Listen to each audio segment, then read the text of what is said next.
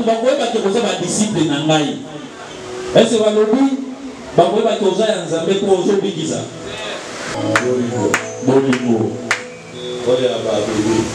bolingo eprotegeaka yo ntango ozolinga bato ntango ozovivre na kati ya bolingo ezala ya mosala ya nzambe ezala na mbati boye bolingo wana ezoprotege yo esanki oyeba c'est une force ezoprotege yo un bouclier. C'est un bouclier fort, puissant. C'est Jésus de moi, pour la mafuta. Oh, ils ont la vitamine en 4. Est-ce que vous êtes disponible pour ceux qui savent maintenant le sang de Dieu? Alléluia. Alléluia. Je voulais apprendre à quelqu'un ce matin que Nzambe alikakaye. Amen. Nazo bisande yo que Nzambe alikakaye.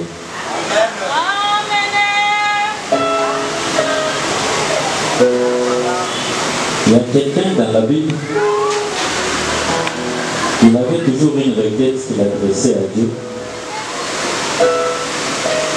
Un serviteur de Dieu qu'il était, mais cette requête ne lui était pas toujours accordée pour exaucer.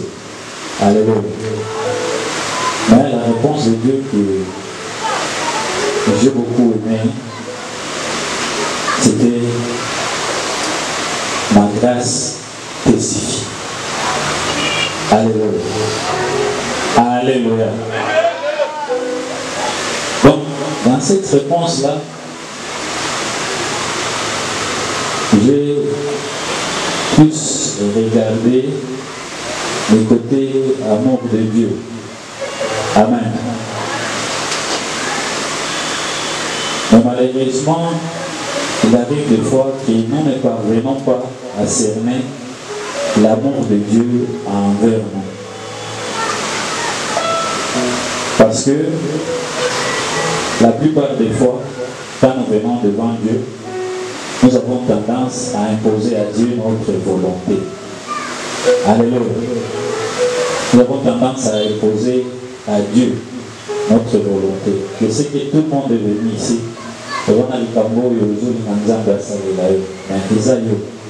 Alléluia.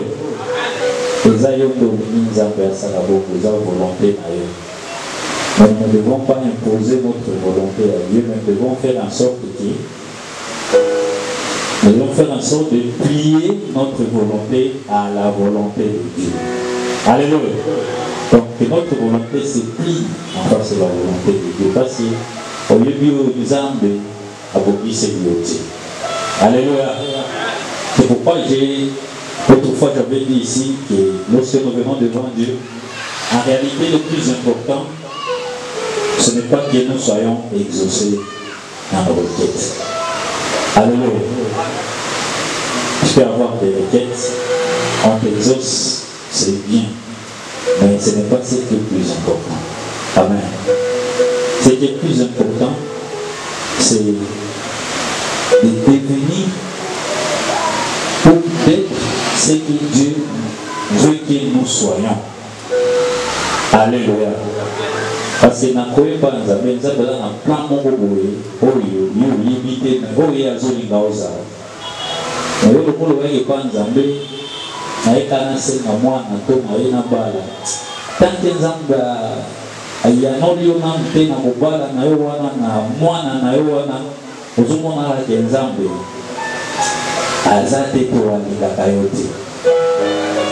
Alléluia.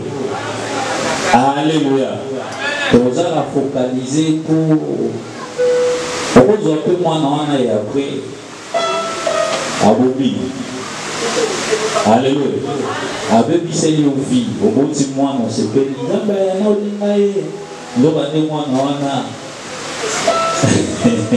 alors Bobby sont Colombo. Alléluia.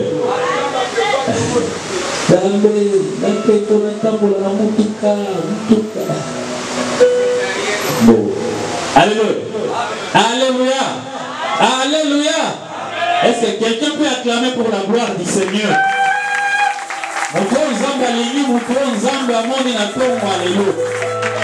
Aujourd'hui, nous allons parler autrement. Alléluia.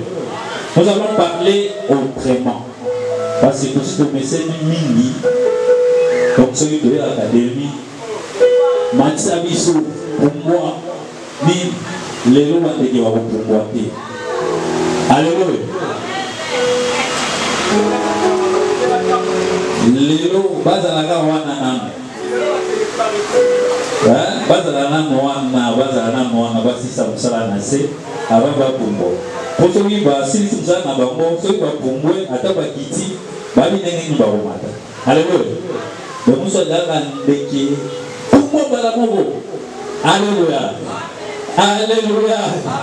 Donc lelo nous allons être, nous allons essayer, si c'est possible, si c'est possible aussi en Dieu, nous allons essayer d'être pratico-pratique. Alléluia. Apocalypse 2, 1 à 5. Nous lisons le livre d'Apocalypse, chapitre 2, partant du premier verset en tête.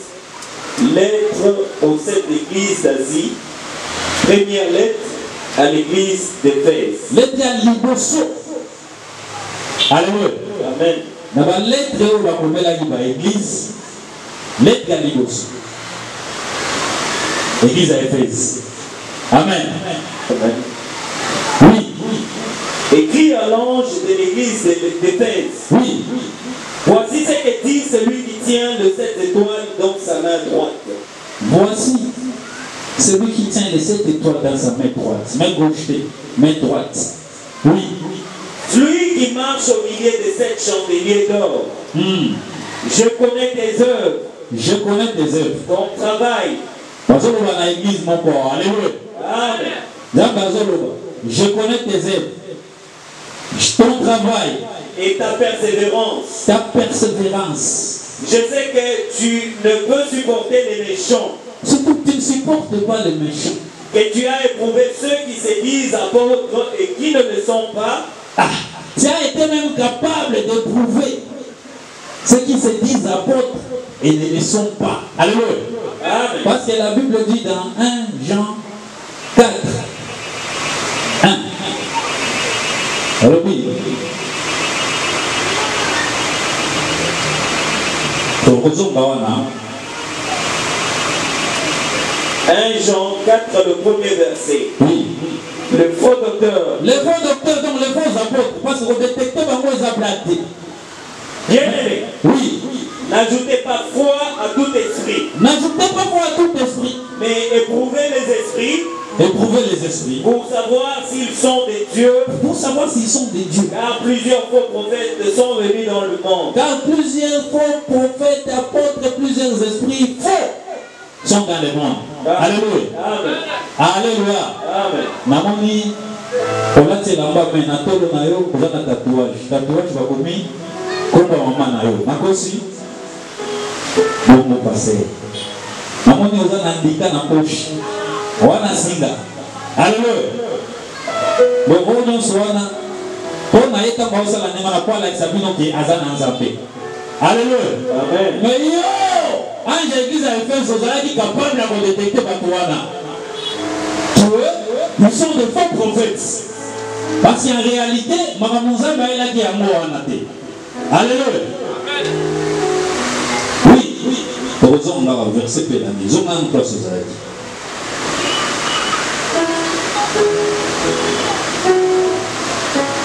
Ceux qui se disent apôtres et qui ne le sont pas. Qui ne le sont pas. Et que tu les as trouvés menteurs. Tu les as trouvés aussi menteurs. Que tu as de la persévérance. Tu as de la persévérance, Église. Oui. Que tu as souffert à cause de mon nom. Tu as souffert aussi à cause de mon nom. Et que tu n'étais point lassé. On le m'a qui pétait. Je sais qu'il y a quelqu'un. Alléluia. Amen. Mais le Seigneur continue, il dit quoi? Mais, ce que j'ai contre toi. Comment? Comment, avec toutes ces choses, alléluia, Amen. endurance, persévérance, tout ce que tu as fait là, nous sommes là, moi, alléluia. Amen. Mais, on dirait à ton garaté. Mais, il trouve quand même quelque part où il te dit, j'ai quelque chose contre toi. Malgré tout ce que tu as fait là, malgré Théaki, malgré Bikisaki, malgré Salaki Boy, malgré Boy, mais regarde, j'ai quelque chose contre toi. Oui. Mais ce que j'ai contre toi, c'est que tu as abandonné ton premier amour. Ah, Seigneur, que Dieu soit loué. Alléluia. Amen. C'est que j'ai contre toi, c'est que tu as abandonné ton premier amour. Alléluia. Amen. Alléluia. Amen. Alléluia. Amen. Ah, donc, nous allons comprendre que eloko oyo etondisaka nzambe mpenza nzambe amiyoka nzambe ozalaka na kati ya bolingo na yo wana. Donc tu peux tout faire oyo kotelema otei ndenge nazoteya awa bato mpe bakwei okeye évangélize akademi soki tokonte yo osi ofandisa déjà 10 personnes molende persévérance batola yo bafinga yo libota eboya yo mpona nzambe koboya kotika nzambe ngai kaka na kosalela nzambe. Alléluia.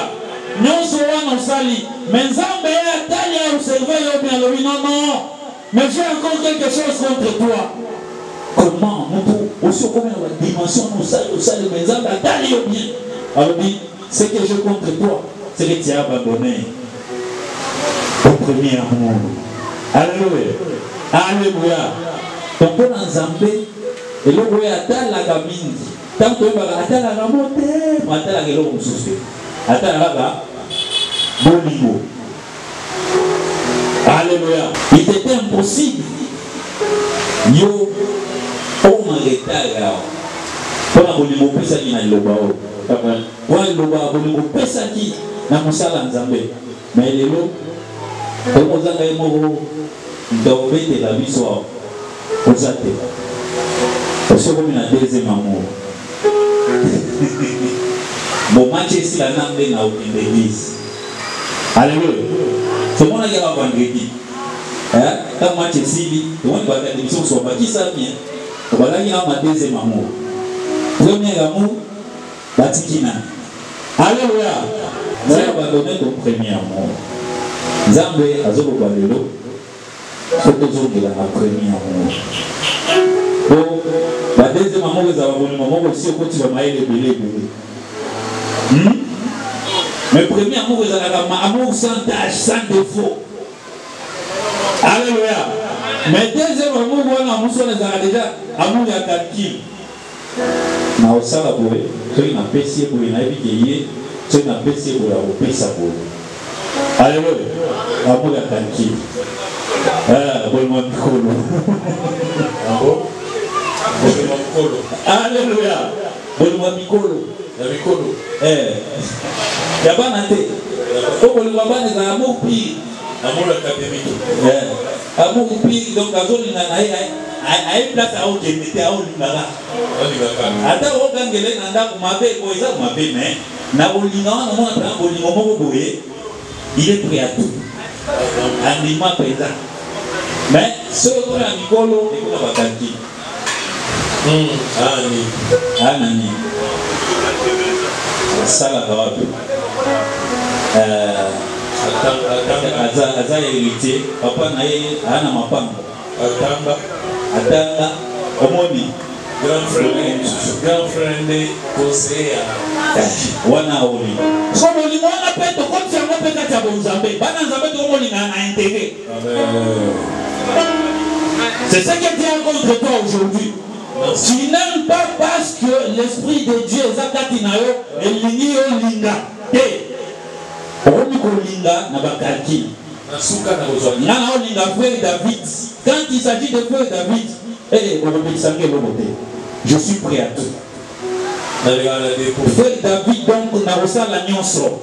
na koya na kosala pas ça faut établir mais ça le papa Jean-Pierre nazu golemo alléluia nazu golemo nzamba lembi ozo va donner premier amour alléluia alléluia alléluia. Est-ce qu'on peut continuer maintenant? Aujourd'hui nous allons tourner autour de l'amour. Parce que sans amour, on a et quand je parle de l'amour, je parle de l'amour véritable, le premier amour. L'amour dans toutes ses dimensions. Alléluia. Il y a malobate.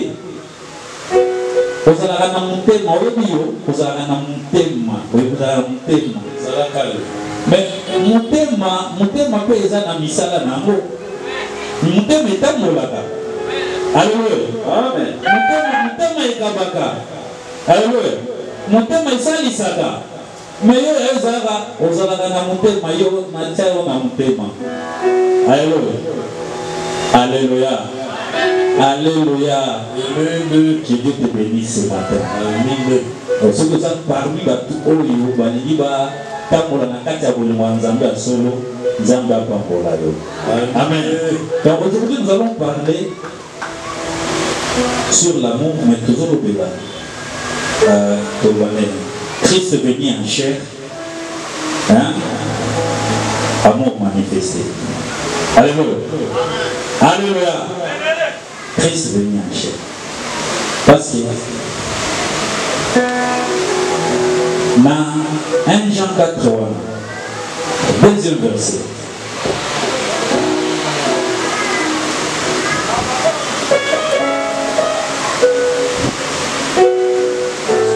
Oui. Reconnaissez à ceci l'Esprit de Dieu. Reconnaissez ceci à l'Esprit de Dieu. Tout esprit qui confesse Jésus-Christ venu en chair est de Dieu. Tout esprit qui confesse Jésus-Christ venu en chair et de Dieu. Alléluia. Amen. Tout esprit qui confesse Jésus-Christ venu en chair. Alléluia. Amen. Alléluia. Amen. Nous sommes invités ceux qui ont confessé à Jésus-Christ. Alléluia. Amen. Jésus-Christ est Seigneur. Jésus-Christ est vivant.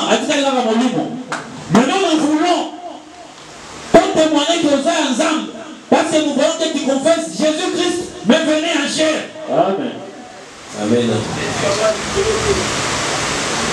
Alléluia. Amen. Pour avoir des dimensions, l'iloba, Zaba, Bolingo fait qui t'a mis ça là. Jésus-Christ est dans notre Christ. Christ est dans notre marié. Amen. Mais quand tu nous prêches un Christ dans notre côté,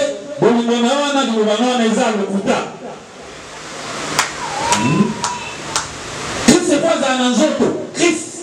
Je parle de Christ. Oh Christ, c'est la sagesse et la puissance de Dieu. Mais nous autres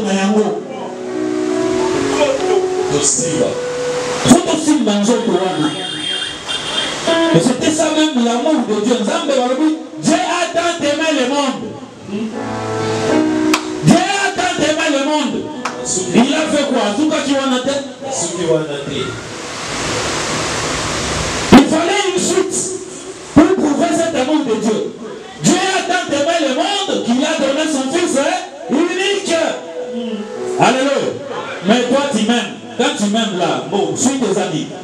Suis tes amis au Yébi. Alléluia. Alléluia. Alléluia. Nous allons parler de cet amour-là. Parce que je suis obligé de le dire, nous allons même rendre notre assemblée faible si au milieu de nous il n'y a pas l'amour. Nous allons tourner avant. Qu'est-ce qui ne va pas? Qu'est-ce qui ne va pas? Parce que Bolingo et c'est le moué, Namitema, Ezate,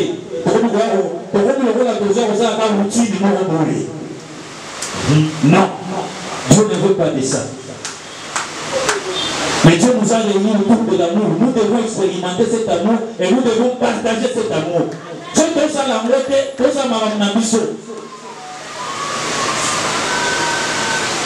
Dieu est amour. Alléluia. Alléluia.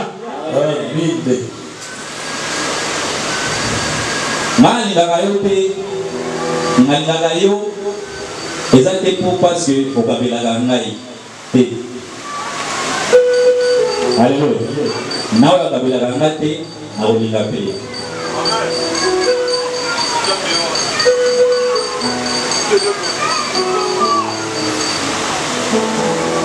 Est-ce que quelqu'un, avant de continuer, si nous parlons maintenant de l'amour véritable de Dieu, comment tu peux t'écouter?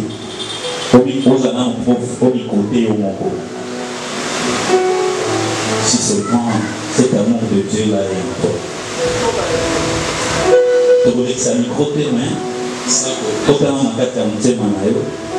Est-ce que l'amour que je porte à l'apôtre, à Papa Calais, est-ce que ça, l'amour va intéresser? L'amour que je porte même dans l'église en Zambie, dans le Moussala en Zambie, ça intéresse. Parce qu'il y en a qui, avec tout ça, en Zambie, parce qu'il y a eu beaucoup de peste. Alléluia. Pour aller, beaucoup ça y est. Après, pour servir, beaucoup ça y est. Bien aimé. Tu crois que tu facilites à Dieu la tâche en agissant ainsi? Tu crois vraiment? Je pose à quelqu'un cette question.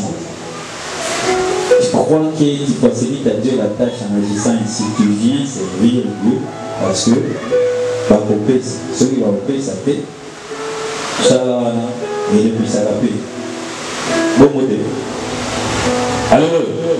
Amen. Alléluia. Si tu as déjà reçu la récompense des hommes, ils en avaient ça. Ils auront les récompenses des hommes. Comment c'est la son armée? Bon, je pense que nous devons soit peine dans le au côté. Là, il y a 7 services, il y a 6, là, il y a 3, 4, 2, alléluia. Mais aujourd'hui, l'objectif de cette prédication, les alliés qu'après ont fondé l'union sur la délibération. Alléluia. Matthieu 22.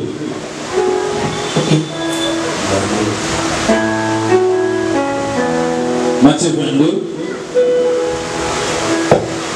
34.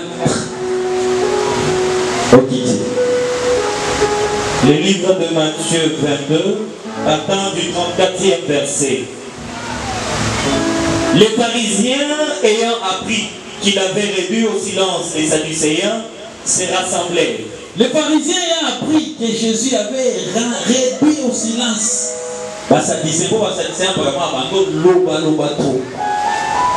Alléluia. Amen. Mais pour pas coûter na kina na Yesu. Mais vous pas coûter na kina Yesu.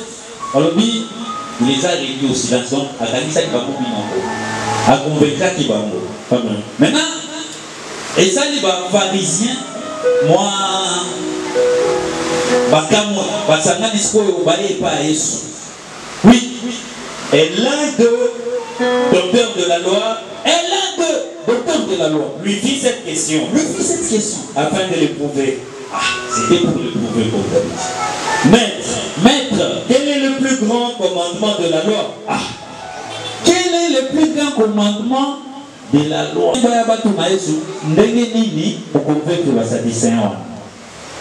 Alléluia. Amen. Parce que nous sommes dans un bango à micro rebelle. Nous sommes à convaincre bango. Amen. Mais il y a au convaincre bango. Il fallait pas tout mailler. On s'aligne nini. C'était ça la question logique. Parce que Basadicin, 23e verset, 23e verset. Le même jour, les Sadducéens qui disent qu'il n'y a point de résurrection. Les Sadducéens, ce sont les gens qui disent qu'il n'y a point de résurrection. Pour les Sadducéens, lycée quoi ils allaient. Alors, ils étaient forts na croyance na bango wana. Donc, à ta boye nengini, pour convaincre bango que lycée quoi ils allaient. Bango, baboya. Mais, vous m'appelez na Yesu. C'est Jésus qui a été capable de convaincre bango que résurrection est alaka. Amen. Résurrection est réelle. Alléluia. Nous avons dit que les pharisiens, quand on dit que Jésus a convaincu les Sadducéens, nous pouvons dire que Massoum aussi l'a gâté. Massoum aussi l'a gâté. C'est les Sadducéens. Pourquoi Massoum aussi l'a gâté? Il n'y a pas de résurrection de mort. On ne peut pas marcher en nouveauté de vie. Nous devons avoir mon tour. Massoum aussi l'a gâté. Tout son péché. Donc, si on dirait que les pharisiens peuvent convaincre les Sadducéens, ils peuvent gâter. Mais il ne faut pas à Yesu. Moi, je pense que bon, on est qui est. Qu'est-ce que tu as fait pour convaincre les Sadducéens?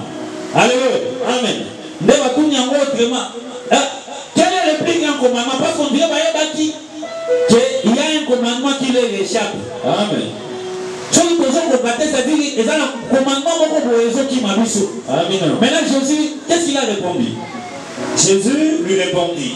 Jésus répondit. Tu aimeras le Seigneur ton Dieu de tout ton cœur, de tout ton cœur, de toute ton âme et de toute ta pensée. Alléluia. Amen. Alléluia. Amen. Donc, Jésus répondre pour nous convaincre les Sadducéens, pour nous convaincre les bateaux, que Massoum aussi là, Nalingaki Nzambe, na mayele na ngai, na âme na ngai, et na motema na ngai mobimba. Alléluia. Donc, formule est sur ça là, il y a Moana. Alléluia. Alléluia. Amen. Luc 10, 27.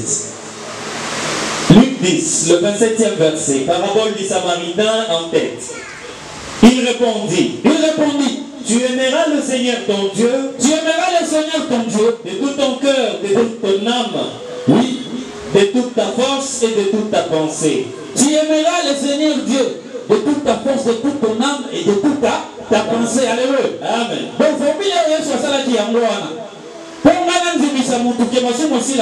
il faut Nzambe na lingaye, Nzambe oyo aza bolingo, il faut na manifester yango na mayele na ngai, na maloba na ngai, pe na misala na ngai. Alléluia. Amen. Soki osala ndenge wana bato bakondima ke lise kwa ezalaka. Amen. Mais soki osala ndenge wana te bato bakondima te ke lise kwa ezalaka. Amen. Donc ce que Jésus a fait, il a seulement aimé. Aimer et aimer. Alléluia. La troisième. Pour se dire que dans tout ton être, comme un Colossien le dit, tout votre être, corps, âme et esprit, il faut que nous bolingo et ensemble. Tu l'aimeras, vous m'aimez si vous gardez mes commandements. Donc tu l'aimeras, batala mayele na yo, eza bolingo ensemble. Cet amour-là qui ne soupçonne point le mal. Parce que déjà dans tes pensées, donc tu ne peux pas soupçonner du mal à quelqu'un. Mais vous avez à ce moment directement. Mabe ekoti. Regardez moi na bakimo. Moi quand comment vous savez mabe ekoti. Alléluia.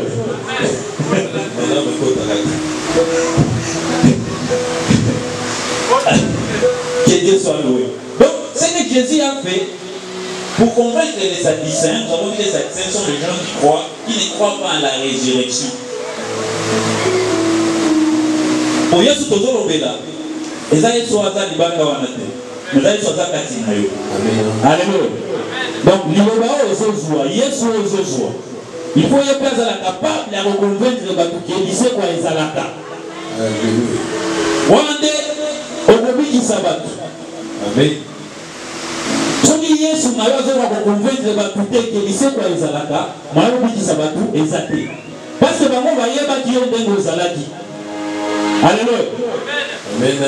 Bango bayebaki yo ndenge ozalaki mais résurrection wana mpe bakomona yango baka epai na yo nde bakondima bakomona yango epai mosusu te eza makambo ke tozoloba résurrection ezalaka te résurrection ezalaka te eza wana te. Alléluia.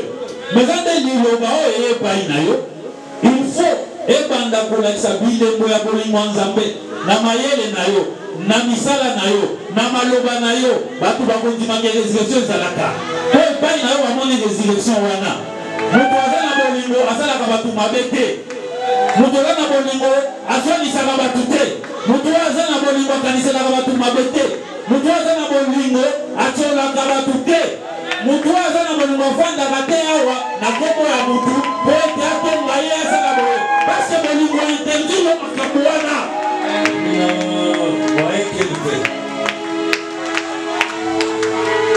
Bolingo interdit yo makambo wana donc soki ofandisaka bolingo moya osala makambo nyonso wana eza te basadise mpe bato baza nzinga na yo bazomona suka na suka bakoloba kaka résurrection ezalaka. Ils seront réduits au silence parce que bango bamoni résurrection epai na yo. Et tout cela passe par l'amour.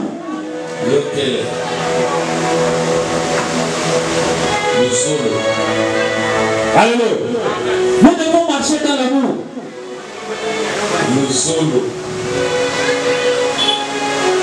L'amour te rend fort si tu ne le sais pas. L'amour te rend invulnérable si tu ne le sais pas.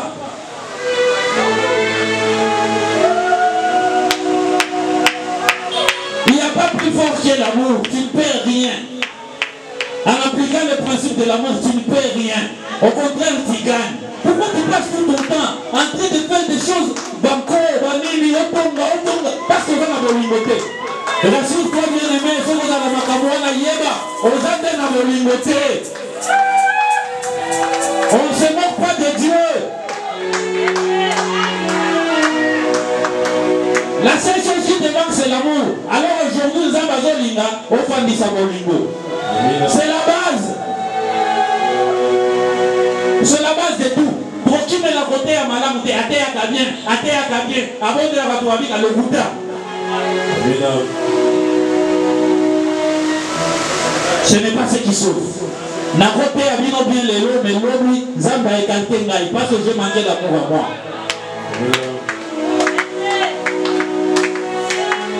Ce n'est pas la garantie. Ce n'est pas la garantie. Mais la vraie garantie, aux alassures que nous avons en Zambé, c'est l'expression de l'amour. Surtout les trois dimensions dans nos bolingo.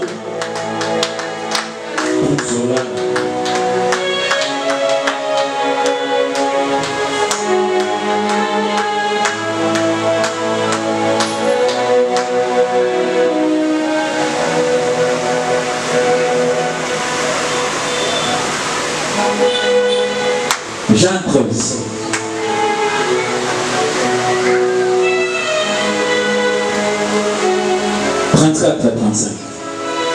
Je vous donne un commandement nouveau. Je vous donne aujourd'hui un commandement nouveau. Aimez-vous les uns les autres. C'est un nouveau commandement que je te donne. C'est un nouveau commandement que le Seigneur te donne aujourd'hui. Peut-être que tu es en train de pleurer, vous avez un problème dans la vie parce que ce commandement est continue dans la vie. On a dit c'est le plus grand commandement, c'est le plus grand. Et l'autre qui lui est semblable, ça concerne toujours l'amour. Donc il n'y a pas d'autre commandement. De tous les commandements, tous les autres commandements dépendent. Alléluia. Amen. Donc on dit que nous sommes bénis.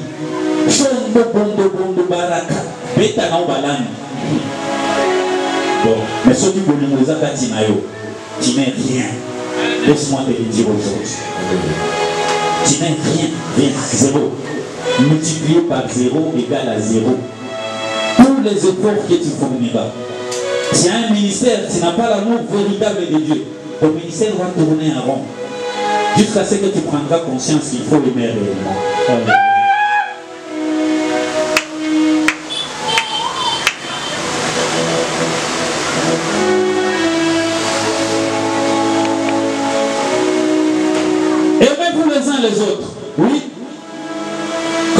vous ai aimé, comme je vous ai aimé, vous aussi, aimez-vous les uns. aimez-vous. Vous voyez comment moi je vous ai aimé? Vous étiez des pécheurs. Alléluia. Amen. Vous étiez dans le monde, moi j'étais au ciel. Mais j'ai été capable de quitter le ciel pour venir dans le monde. Pour vous, je vous ai aimé. Mais toi, qu'est-ce que tu fais des gens qui ne partagent pas le même avis avec toi? Qu'est-ce que tu fais d'eux quand quelqu'un ne partage pas ton avis? Dis-moi aussi, quand quelqu'un ne prie même pas avec toi, comment tu les traites? Surtout s'il n'est même pas de ta famille. Ata azo senga yo, ou etali yo.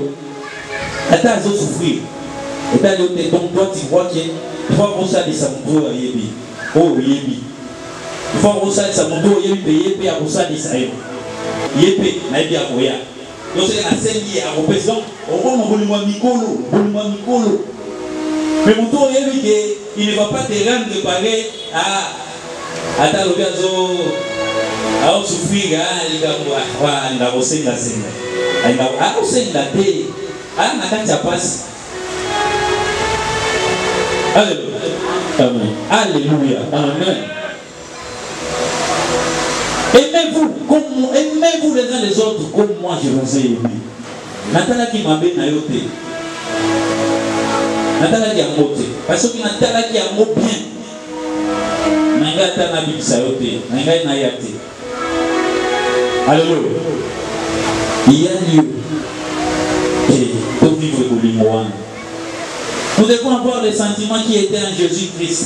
Sentiments ni. Tous ces sentiments qui étaient en Jésus-Christ dépendaient de l'amour qu'il avait. Yes. Oh, yes, azaki kimia, azaki boy, kimia wana eutaka na bolingo. Ça vient de l'amour. Maîtrise-toi qui n'a bolingo. Quand on doit élire, Fandi, se maîtriser, je pense qu'il y a déjà quelque chose en toi. Et les canaki au monde, pour lui permettre au monde. Les contraires à eux, ils vont attaquer au monde. Alléluia. Oui. À ceci, tous connaîtront que vous êtes mes disciples. Alléluia. Amen.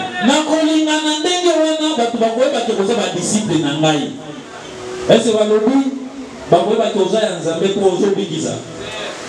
Est-ce que balobi ki bakoyeba koza ya nzambe po ozoteya bien? Est-ce que balobi ki bakoyeba koza ya nzambe po ozoloba langue? Balobi bakoyeba koza ya nzambe parce ozangisaka église te? Est-ce que balobi bakoyeba koza ya nzambe po soki obondeli bato bakwei miracle esalemi? Est-ce que balobi bongo? Tu peux avoir tout ça. Tu peux avoir tout ça bien aimé. Et ça, il l'a rodé. Paul le dit dans 1 Corinthiens 13. Il est dit dans 1 Corinthiens 13. Partant du premier verset.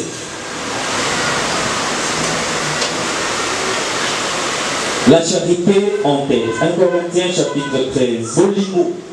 Quand je parlerai les langues des hommes et des anges, si je n'ai pas la charité, je suis un airain qui résonne ou une cymbale qui retombe. Et quand j'aurai le don de prophétie,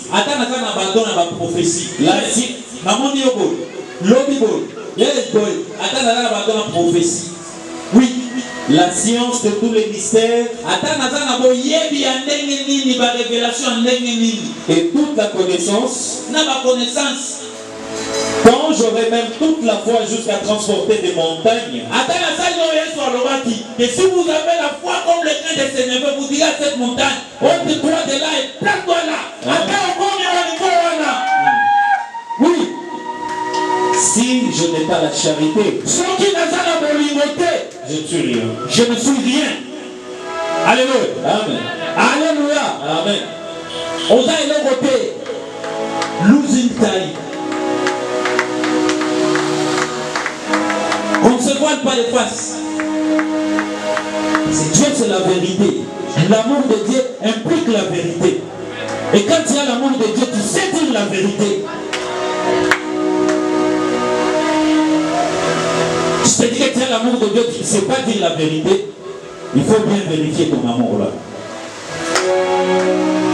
Quand bien même je ferai toutes ces choses, quand bien même, attends na mati nengeni, attends na kiti nengeni, attends na petit ba démonstration nengeni, mais yo ça uti boloba, po ba ye ba ke oza ya ngai, po ba ye ba ke oza ya ngai, eza wana te, po ba ye ba ke oza ya ngai, bolibo. C'est l'amour. Et cet amour-là va décrire un mot à partir de la 4e verset. C'est un amour pur, un agneau sans tache, un agneau sans défaut.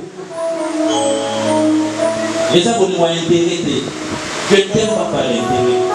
Je t'aime en Christ. Je t'aime dans le Seigneur. Les gens ont intérêt. Que tu me donnes, que tu ne me donnes pas. Je t'aime parce que c'est une recommandation.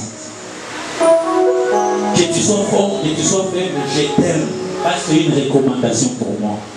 Que tu sois riche, que tu sois pauvre, je t'aime parce que c'est une recommandation pour moi.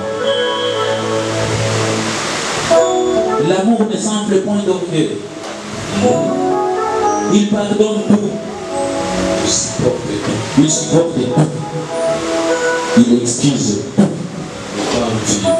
Il n'est pas envié.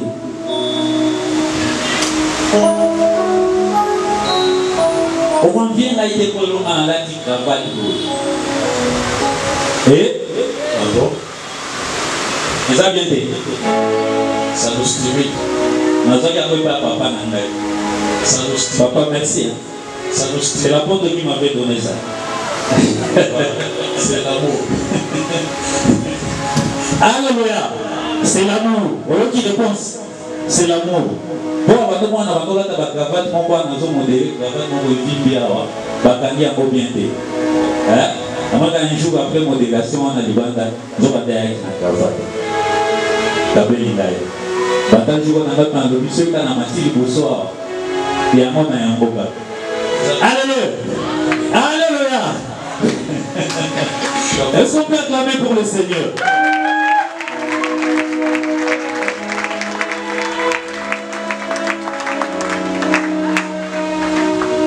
Gloire à Jésus. Oui, bien aimé, tu peux entrer. Donc, on dit Le Seigneur. Dieu, non ce que salle. Yes. Oui, mon frère, que Dieu te bénisse. Amen. Que Dieu te bénisse. Amen. Que Dieu soit avec toi. Amen. Merci. Amen.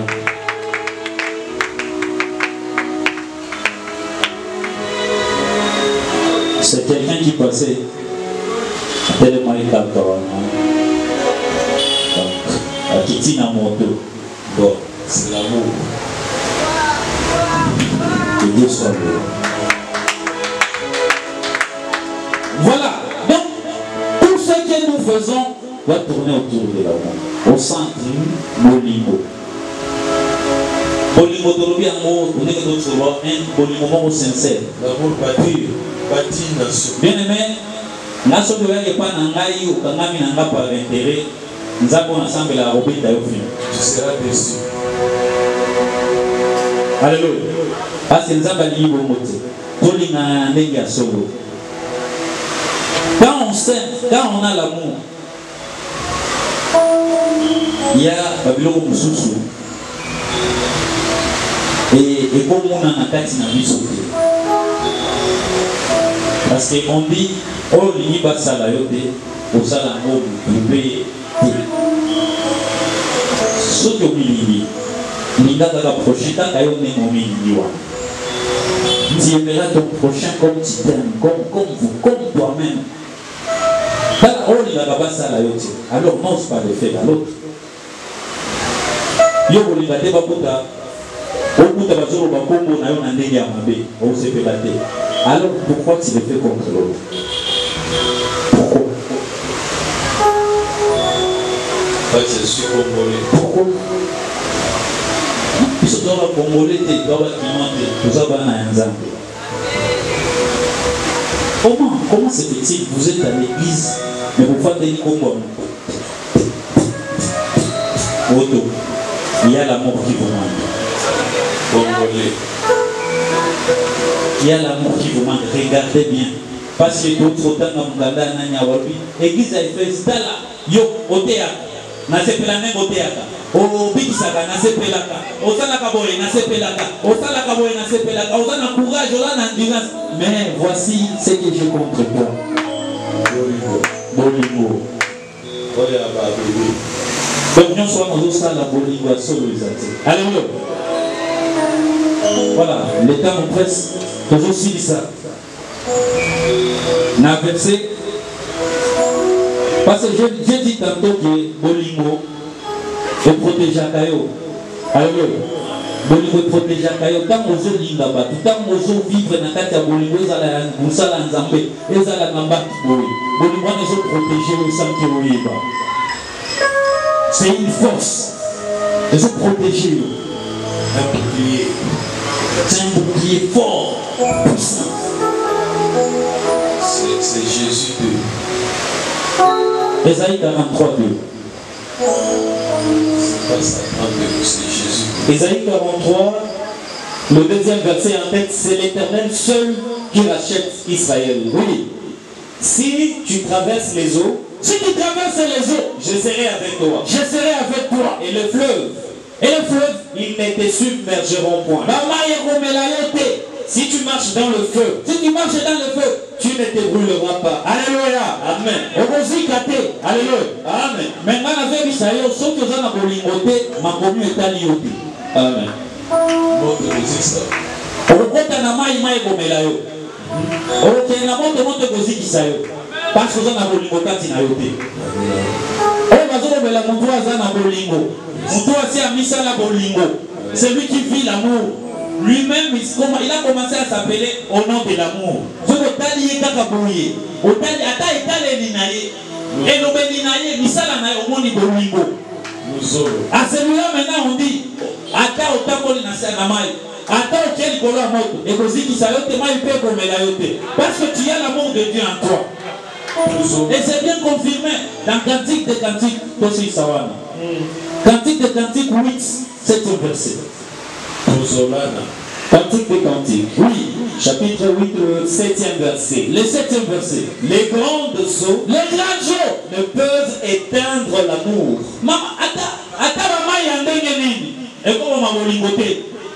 Et le fleuve ne le submergerait pas.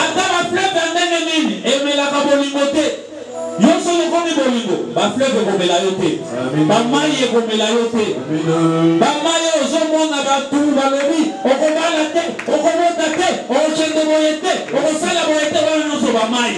que tu es amour, tu t'identifies au nom de l'amour. Mais sans la bolingoté, moi je vais me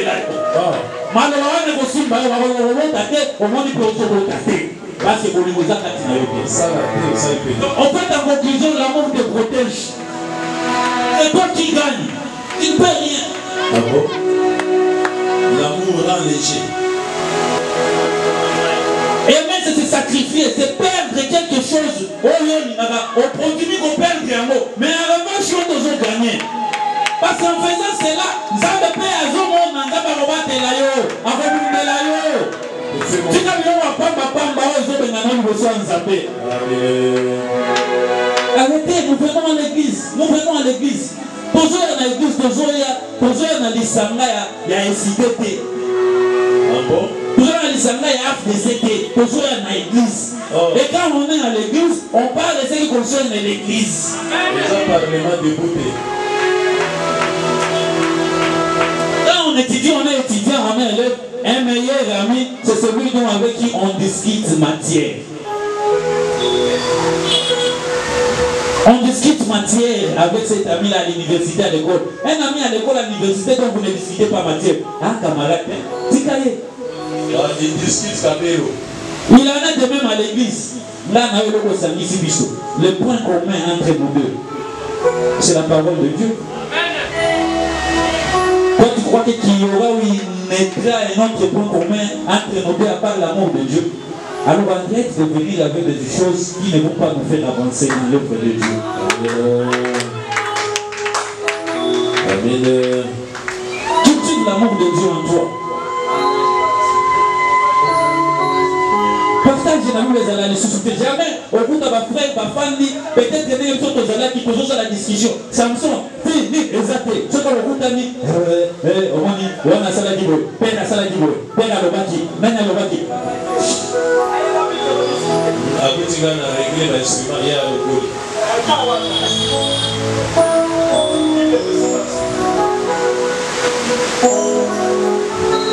Dawana.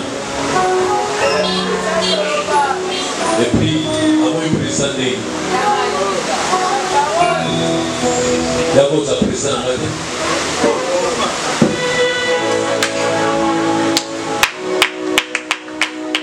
C'est comme combien?